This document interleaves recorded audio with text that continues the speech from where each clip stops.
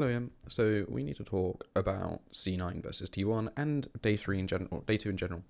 I'm sorry, but C9 need to get on a plane and go home. Don't even worry about next week. Like, the lack of understanding that they showed when it comes to timings, relative strength, laning, and even how to execute team fights in their comp, it was just embarrassing, like, honestly. Like, don't get me wrong, I didn't expect this game to be close. Like, I expected C9 to do something, but not a lot. Like, but what was that in the end? Like, there was little to no attempt at counterplay. Even when T1 botched a gank at top and spent like full 2 minutes trying to get a kill in the 2v1, or when Owner inted it for Drake and then they let them get 5 for nothing and the Drake. Like, T1's early game has been a weakness for this roster for like the entirety of the time it's existed. Like, how do you let them get so far ahead at 15 minutes, almost entirely due to your own flaws? Like, sure, T1 played well, but C9 didn't do anything back, didn't try back, didn't fight at all. Like, I reckon DFM probably could have given them more of a fight. And then T1 even and then you go into consider the draft, T1 even gave you the Ori. You then, like, ego picked the Jax into the Rumble, okay? And then you got Zeri Comfort for Berserker, like, and you do this with it? That's actually just embarrassing. To be fair, though, I do need to give my dues to T1. That was a very good performance out of them. Better than I've seen for them a little while.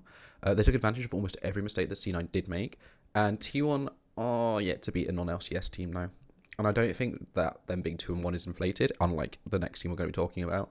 But at the same time, that is something to be aware of. Like, they haven't actually played and beaten any good opposition. Like, they've lost to Genji, obviously, but they haven't beaten any good opposition yet. So yeah, that's definitely something to think about. I do think T1 are a decent side, though. So we'll go on to the next game. I know the highlights will still be playing C91, but I don't think that really matters. Because the next game has no highlights, just definitively. Mad NRG, they were solid level 1 play from NRG. Like, they knew Elio's tendencies in the matchup, and this allowed Ignar to apply even more pressure on Nisqy with his roams than he otherwise would have done, because the jungle just didn't have the ability to follow up. But Mad Lions started getting crazy scrappy, like, as the time went on. And, like, they tried to recoup their losses, but, like, and get more proactive, but, like, the plays didn't really work out, especially on Millisang. Although, I guess it did force NRG to be more reactive and lose some of their early advantages, at least initially in the terms of them when they were getting more proactive. But, like, NRG capitalized in the end, and it just turned into, like, them losing the opening 4 at neutral objectives, almost completely uncontested as well, which is just embarrassing. And that was literally the reason why they were able to go for the backdoor at the end, and iEnergy were able to go for the backdoor at the end. And also, Kazi in the opening team fight was awful. The way he just inted on that engage was just absolutely tragic. It was such a batshit engage as well. There was no reason to go through it. I can't lie, though. This game did feel like watching the LDL with all the issues and none of the upside. Like, there was no mechanical skill on the show.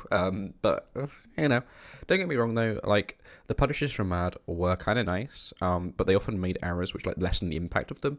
But I guess, like, when you're looking at two teams and you're going, like, these two teams are kind of mid, like, you don't really expect anything from them. I guess that's, like, sort of what you'd expect. And I guess technically trading up is always a positive, unless you've got massive bounties on your head. But both teams are really good at getting way too split up in team fights and, like, literally just allowing their opponents to get carries, give carries way too much space, and this just allows, like, the enemy carries to do so much damage against them. It's actually just embarrassing. We are going to move on to the next like, highlights, because I don't want to watch any highlights from this game. This game was awful. The next game was actually surprisingly competitive. When I saw BLG versus Fnatic, I expected this to be kind of like an easy win for BLG, but this game was, like, competitive right from the start. Like, the draft, in my opinion, was really interesting. Like, BLG had better team fighting, they had better power picks, but, and, like, this is a big but, the early game stylistically in terms of matchups, allows Fnatic to just punish all of BLG's over-aggression, which is what they did. And the first 2 kills from Razok's roams as well was really nice to see. It's like a clever way of punishing the way that BLG play on the front foot all the time.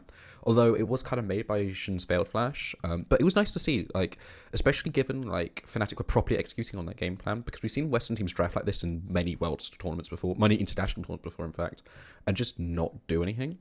And they're, like, I know Fnatic didn't lose slowly, and, like, they actually played really aggressively, and that was really positive. And Fnatic showing their teeth as well, like, really impressed me, especially in the opening 10 minutes. Fnatic might actually be, like, the first team at this tournament to properly do their due diligence. Like, they were just taking advantage of every habit that BLG have, and then punishing on for his typical overstepping. Like, for example, they would finish on for his typical overstepping, and then they'd, like, follow up on Elk sitting high, because Elk likes to sit high in the team fight.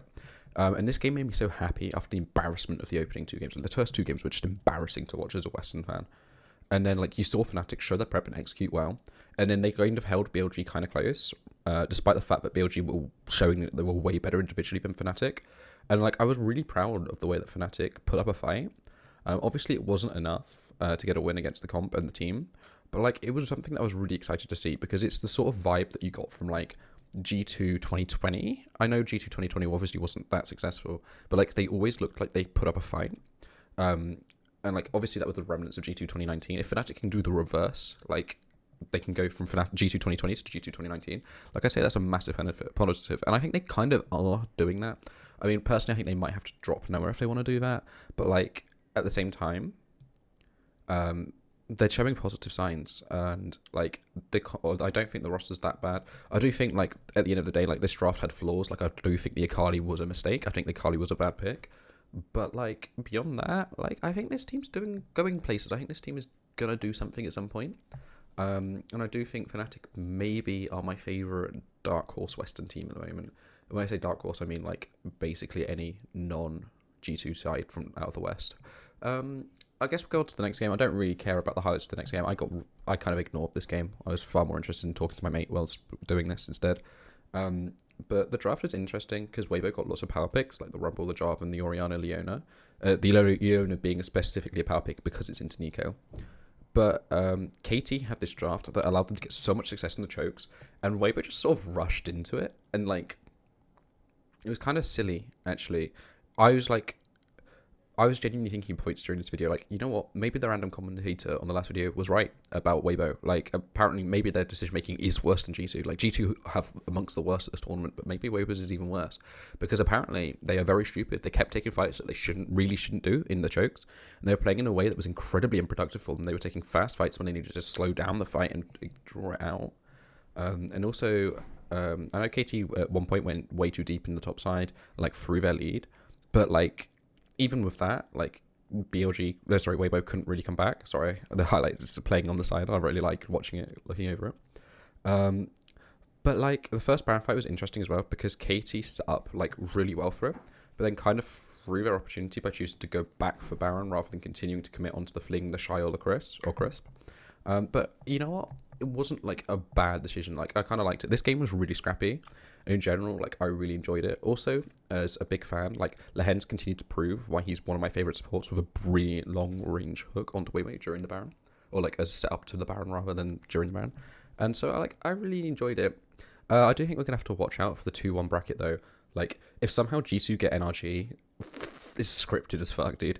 Like there are so many games that like would be scripted matchups. It's kind of interesting. Like if Riot don't avoid the temptation of putting G2 NRG for EU NA matchup, and then like the Telecom War matchup of KT versus T1, like if either of those happen, like sorry, the draw has been so dodgy already. It's going to absolutely ring alarm bells. I mean, if LNG somehow played BLG, oh my god. I mean, that's also a storyline in and of itself. Like, there are 3 storylines here, and I do not see Riot, like, avoiding the temptation if the draws really are as scripted as they feel. Like, genuinely, the draws do feel really scripted. Like, I feel like so many of the games have had, like, some sort of storyline that they've been able to advertise. So, hopefully that's not the case, but we'll see what happens, because I really wouldn't put it past Riot. Anyway, I will see you after 2 teams get eliminated tomorrow. See ya.